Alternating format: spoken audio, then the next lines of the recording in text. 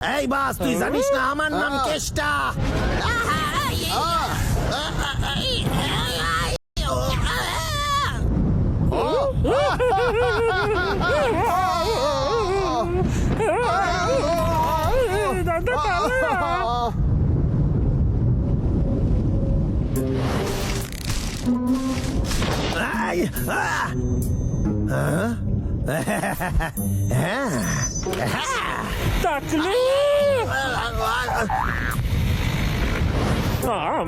বল আজকে তুই কিভাবে মার খেতে পছন্দ করবি? আবার বাবলু ডাবলু আইসা গেছে। ঠিক আছে, এবার আমার প্ল্যান নাম্বার 1 প্রয়োগ করতে হইবে।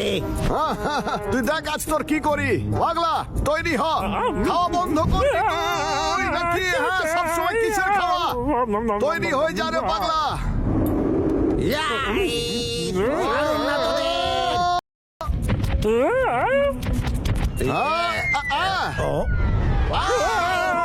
চলে আয়।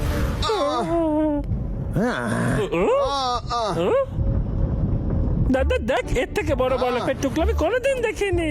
এই, ও, আরে এই জিনিসটা কি হইতে পারে?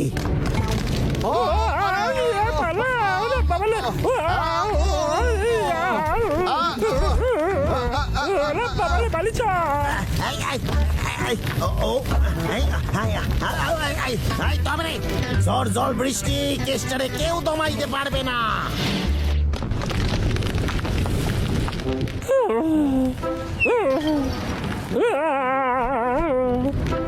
দাদা, ফলের মধ্যে কোনো খাবার জিনিস নেই নাকি?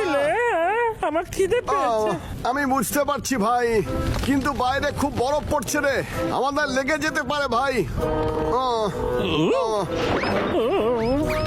আমাদের মনে হয় না খেয়ে থাকতে হবে। আমি এই বড় পাতাটা মাথার উপর রাখবো আর বরফের টুকরোর হাত থেকে বেঁচে যাবো।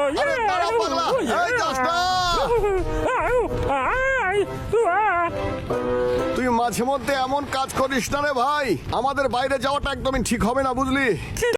আমরা এখানে এভাবে বসে থাকতে তো পারি না, আমার ছুঁচুই নৃত্য করছে। ভাই তোর মনে আছে রেল লাইনে ওই অ্যানাউন্সার মাইকে কি বলছিল? প্রথমেই বলবো যে আমাদের পৃথিবী ধ্বংস হতে চলেছে, এর ফলে সব বিল্ডিং সবকিছু গাছ। আরে ভাই, পৃথিবী শেষ হয়ে যাবে।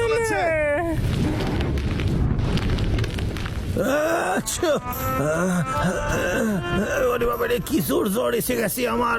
খুব ঠান্ডা লাগতেছে, বাইরে তো বরফ পড়তেছে। শিলাবৃষ্টি হওয়ার কারণে এখানকার টেম্পারেচার আরো বেশি নিচে নেমে এসেছে। পরিবেশের পরিস্থিতি এতটাই খারাপ যে বৈজ্ঞানিকেরা বলছে পৃথিবী ধ্বংস হতে চলেছে। পৃথিবী ধ্বংস হয়ে যাবে?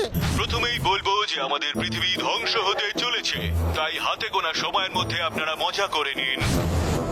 সত্যি পৃথিবী ধ্বংস হয়ে যাবে? না, আচ্ছা, ওরে বাবা রে, ঠান্ডা লাগতেছে, ঠান্ডা লাগতেছে।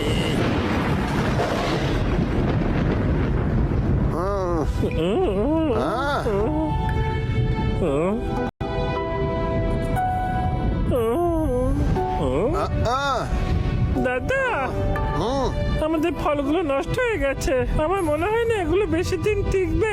তারপর কি আর আমাদের জন্য কোনো খাবার থাকবে না? মনে হচ্ছে রেডিওতে যা বলেছিল তা সত্যি ছিল, পৃথিবী সত্যি ধ্বংস হতে চলেছে।